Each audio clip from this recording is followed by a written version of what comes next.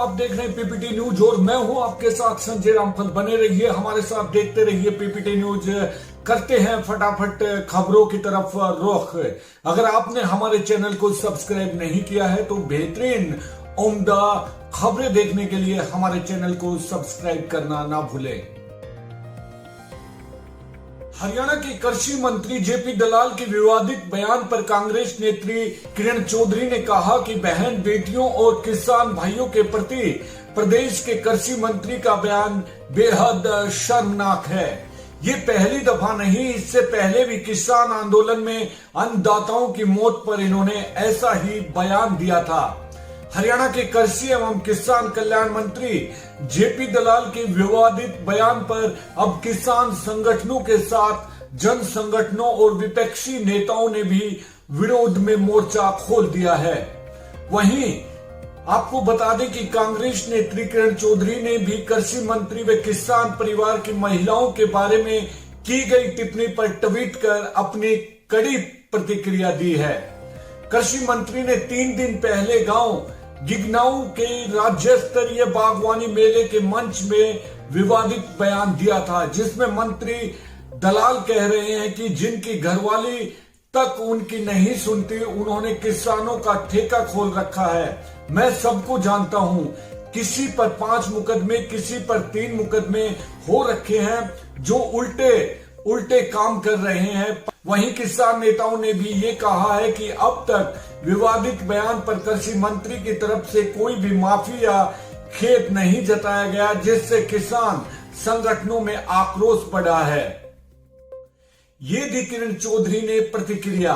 बहन बेटियों और किसान भाइयों के प्रति प्रदेश में कृषि मंत्री का बयान बेहद शर्मनाक है। ऐसी भाषा शैली की किसी राजनेता की तो नहीं होती। ये पहली दफा नहीं, इससे पहले किसान आंदोलन में अन्नदाताओं की मौत पर भी इन्होंने ऐसा ही बयान दिया था।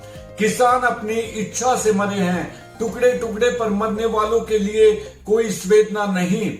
इनके ये शब्द शहीद हुए 750 किसानों के परिवारों के लिए तीर के समान थे। अहंकार के मद बार बार जनता, किसान भाइयों और महिलाओं का अपमान करने वाले कृषि मंत्री साहब शायद ये भूल चुके हैं कि कुर्सी पर बैठाने वाले गिराने वाले में भी देर नहीं लगती। वो दिन अब दूर नहीं। किरण चौधरी पूर्व मंत्री व विधायक तोशाम एवं पूर्व सीएलपी लीडर कृषि मंत्री माफी मांगे या विरोध के लिए तैयार रहे। आड़े बैठे रहा करते भाई, बहुत 10-5 ये मैं क्या बोल लूंगा तो कहेंगे उल्टा बोल रहा है। मतलब उनकी घराली कौन माना, उनकी ठेका ले रखा था किसानों का। सच्चाई है, मैं जानू सबने। किसी पे 5 मुकदमे, किसी पे 3 मुकदमे, उल्टे काम कर रहे। किसी की बहू भाजरी, किसी की छोटी भाजरी, तारा ठेका ले रहे। आड़े बैठे मैं जानू सर। अरे फोगाट खाप कृषि मंत्री जेपी दलाल के विवादित बयान देने के विरोध में बुधवार को चरखी दादरी में फोगाट खाप 19 की बैठक हुई। प्रधान बलवंत नंबरदार की अध्यक्षता में आयोजित बैठक में खाप पदाधिकारियों ने तो 2 टूक बात कही। उन्होंने कहा कि कृषि मंत्री अपने बिगड़े बोल के लिए माफी मांगे, वरना विरोध के लिए तैयार रहे। किसान परिवार को 3 पीढ़ियों को करीब 24 वर्ष तक मालामाल करने वाली लाडली भैंस का किया अंतिम संस्कार। दोस्तों एक खबर आपको अलग खबर बताते हैं। किसान परिवार को 3 पीढ़ियों को करीब 24 वर्ष तक मालामाल करने वाली लाडली भैंस का किया अंतिम संस्कार। मृत्यु भोज का भी किया आयोजन, पूरे गांव को दी दावत। किसान परिवार को 3 पीढ़ियों के करीब 24 वर्ष तक मालामाल करने वाली भैंस के निधन पर जहां विधि विधान से उसका क्रियाक्रम किया गया, वहीं उसकी मौत के बाद न केवल अस्थियां विसर्जित की बल्कि 17वीं की भी रस्में निभाई। भैंस को लाडली के नाम से पुकारने वाले किसान परिवार द्वारा मृत्यु भोज का भी आयोजन किया गया।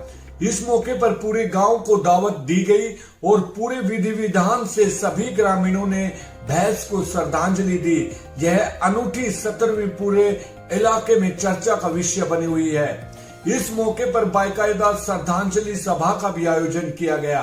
मृत्यु भोज के लिए किसान ने बाकायदा नाते रिश्तेदारों के अलावा ग्रामीणों को भी आमंत्रण भेजा और लोगों को देसी घी में बने पकवान और लजीज खाना भी परोसा गया।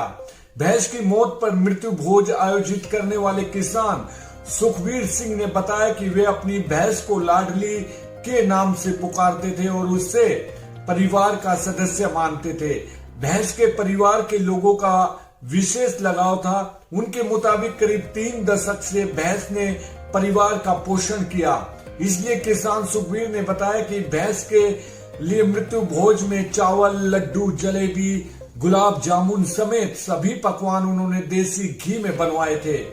किसान के अनुसार आसपास के इलाकों के लोगों के अलावा करीब 400 नाते रिश्तेदारों भैंस के मृत्यु भोज कार्यक्रम में शामिल हुए। 28 साल पहले घर पर लाई गई थी लाडली। किसान सुखबीर सिंह के पिता रिसाल सिंह करीब 28 वर्ष पहले एक भैंस लेकर आए थे, जिससे पैदा हुई कटिया का पालन पोषण किया और किसान के घर भैंस ने लगातार 24 बार कटियों को जन्म देकर रिकॉर्ड बनाया। लाडली भैंस का परिवार 3 पीढ़ियों से दूध पिया और उसे जन्म लेने वाले बच्चों को तैयार करते हुए काफी पैसा भी कमाया। पिछले दिनों अपनी पालतू भैंस का निधन होने पर परिवार ने पूरा शोक मनाते हुए विधि विधान से सभी क्रियाक्रम करते हुए अस्थियां भी विसर्जित की। भैंस को 17वीं पर किसान परिवार ने अपने घर पर मृत्यु भोज का ठीक उसी तरह आयोजन किया जिस तरह परिवार के किसी सदस्य के मरने पर किया जाता है। विशेष कैंपों में मतदाता सूची को लेकर प्राप्त हुए 1168 आवेदन। स्वीप गतिविधि के तहत चलाया जा रहा है जागरूकता अभियान। जिले में निर्वाचन आयोग के निर्देशों के अनुसार मतदाता सूची के पुनरीक्षण को लेकर विशेष कैंपों का आयोजन किया गया, जिनमें पूरे जिले में कुल 1168 आवेदन मिले। उपायुक्त एवं जिला निर्वाचन अधिकारी के मार्गदर्शन में जिले में मतदाता सूची पुनरीक्षण का कार्य किया जा रहा है और उसी के तहत आयोग के निर्देशों पर विशेष कैंपों का आयोजन कर पात्र लोगों से आवेदन प्राप्त किए गए हैं। जिला के सभी मतदान केंद्रों पर बीएलओ ने मौजूद रहकर लोगों से फॉर्म प्राप्त किए। इस दौरान कुल 1168 फॉर्म मिले हैं। दादरी विधानसभा क्षेत्र से कुल 435 और बाडरा विधानसभा क्षेत्र से 733 फॉर्म आए हैं। आंकड़ों के मुताबिक दादरी विधानसभा क्षेत्र से आए फॉर्मों में से 272 फॉर्म अलग अलग प्रकार के हैं। इस प्रकार बाडरा विधानसभा क्षेत्र से 480 फॉर्म प्राप्त हुए हैं। प्रशासन की ओर से अतिरिक्त उपायुक्त एवं स्वीप के नोडल अधिकारी डॉक्टर जयेंद्र सिंह के नेतृत्व में मतदाता जागरूकता को लेकर लगातार अभियान भी चलाया जा रहा है, जिसके चलते मतदाता सूची पुनरीक्षण के लिए आवेदन करने वालों की संख्या बढ़ रही है। इसी अभियान के तहत विभिन्न शिक्षण संस्थानों पर मतदाता जागरूकता को लेकर प्रतियोगिताएं भी करवाई जा रही हैं। 27 अक्टूबर से 9 दिसंबर 2023 तक लोकतंत्र के महापर्व की कर ले पूरी तैयारी। अब तो प्रत्येक मतदाता का बन रहा है वोटर आईडी कार्ड। मैंने भी अपना निबंधन करवा लिया। मैंने तो बनवा भी लिया। मैंने भी मतदाता सूची में स्थानांतरण करवा लिया है। जब सभी के पास होगा वोटर आईडी कार्ड तभी बेहतर होगा कल और आज। आप भी मतदाता सूची में अपना नाम दर्ज कराएं, वोटर आईडी कार्ड जरूर बनवाएं। कोई मतदाता।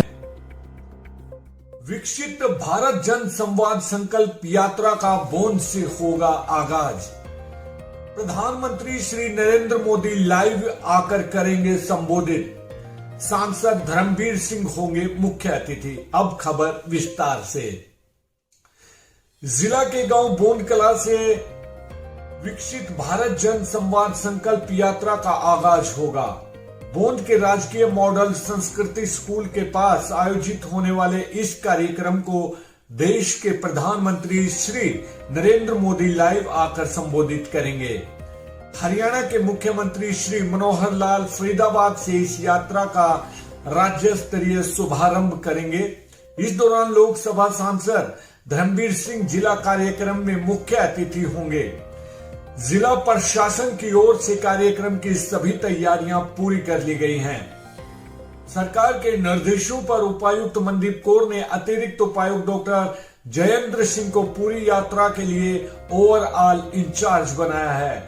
अलग अलग ब्लॉक व गांव के लिए भी नोडल अधिकारी नियुक्त किए गए हैं। 30 नवंबर को देश के प्रधानमंत्री श्री नरेंद्र मोदी विकसित भारत जन संवाद संकल्प यात्रा को लाइव आकर संबोधित करेंगे। हरियाणा के मुख्यमंत्री श्री मनोहर लाल फरीदाबाद से यात्रा का राज्य स्तरीय शुभारंभ करेंगे। भोन में आयोजित होने वाले जिला स्तरीय कार्यक्रम में लोकसभा सांसद धर्मवीर सिंह मुख्य अतिथि होंगे। यात्रा 26 जनवरी 2024 तक चलेगी और इस दौरान जिला के प्रत्येक गांव व नगर परिषद के विभिन्न वार्डों में कार्यक्रम आयोजित किए जाएंगे। भारत सरकार व हरियाणा सरकार की जन कल्याणकारी योजनाओं को समाज की अंतिम पंक्ति व्यक्ति तक पहुंचाने के उद्देश्य से भी विकसित भारत जन संवाद संकल्प यात्रा शुरू की जा रही है। यात्रा के दौरान प्रत्येक आयोजन स्थल पर केंद्र सरकार व राज्य सरकार की योजनाओं से लोगों को जागरूक करने के साथ साथ नए लाभार्थियों को जोड़ने के लिए भी विभिन्न विभागों द्वारा स्टॉल भी लगाए जाएंगे। रेवाड़ी में 4 दिसंबर से 17 दिसंबर तक होगा भर्ती रैली का आयोजन। फिजिकल टेस्ट के लिए जारी किए गए एडमिट कार्ड। भर्ती प्रक्रिया पूर्णतः पारदर्शी और काबिलियत पर निर्भर। युवा दलालों से रहें सावधान। अब खबर विस्तार से। सेना भर्ती कार्यालय चरखी दादरी के निदेशक कर्नल आनंद साकले ने बताया कि अग्निपथ योजना के तहत सेना में भर्ती के लिए जिला सहित महेंद्रगढ़, रेवाड़ी और भिवानी जिला के ऑनलाइन परीक्षा पास अभ्यर्थियों को शारीरिक टेस्ट के लिए एडमिट कार्ड जारी कर दिए गए हैं। युवा ज्वाइन इंडियन आर्मी वेबसाइट पर जाकर अपना एडमिट कार्ड डाउनलोड कर सकते हैं।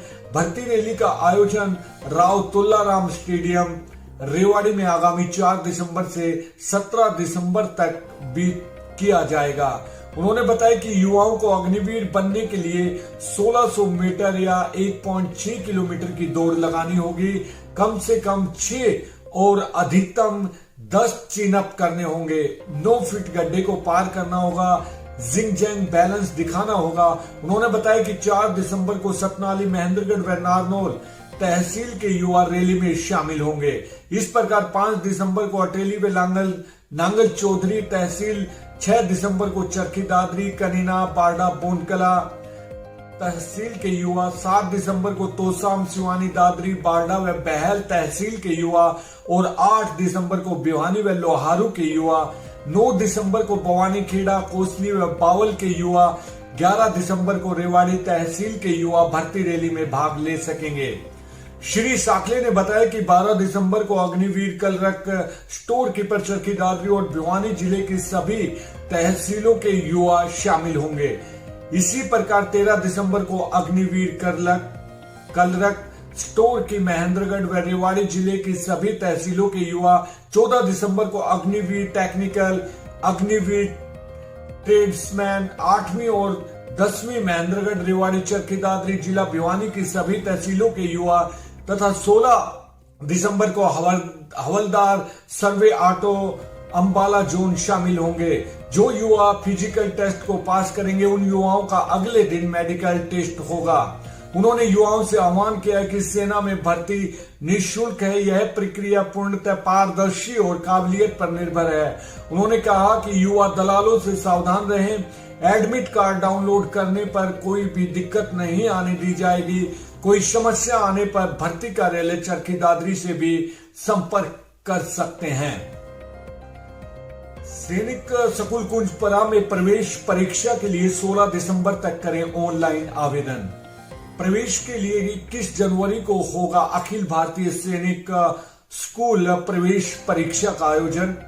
उपायुक्त एवं जिला सैनिक बोर्ड के अध्यक्ष मनदीप कौर ने बताया कि करनाल जिला के कुंजपुरा स्थित सैनिक स्कूल में प्रवेश 2024-25 में दाखिले के लिए आयोजित होने वाली प्रवेश परीक्षा के लिए योग्य प्रार्थी 16 दिसंबर 2023 तक वेबसाइट पर ऑनलाइन आवेदन कर सकते हैं। उन्होंने बताया कि कक्षा 6 में 100 सीटों पर 90 लड़के व 10 लड़कियां के लिए प्रवेश हेतु प्रार्थियों की जन्म तिथि 1 अप्रैल 2012 तथा 31 मार्च 2014 के बीच होनी चाहिए। कक्षा 9वीं में 21 सीटों पर प्रवेश हेतु छात्रों की जन्म तिथि अप्रैल 2009 31 मार्च 2000 के बीच होनी चाहिए। उन्होंने बताया कि कक्षाओं में प्रवेश हेतु अखिल भारतीय सैनिक प्रवेश परीक्षा का आयोजन 21 जनवरी 2024 को होगा और परीक्षा के लिए MR सीट पर बहुविकल्पीय प्रश्नावली होगी।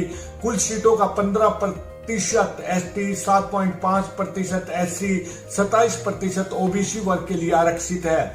बकाया सीटों का 67% हरियाणा के बच्चों के लिए तथा 33% अन्य राज्यों के लिए आरक्षित है। इनमें से 25% रक्षा कर्मियों के बच्चों के लिए आरक्षित है।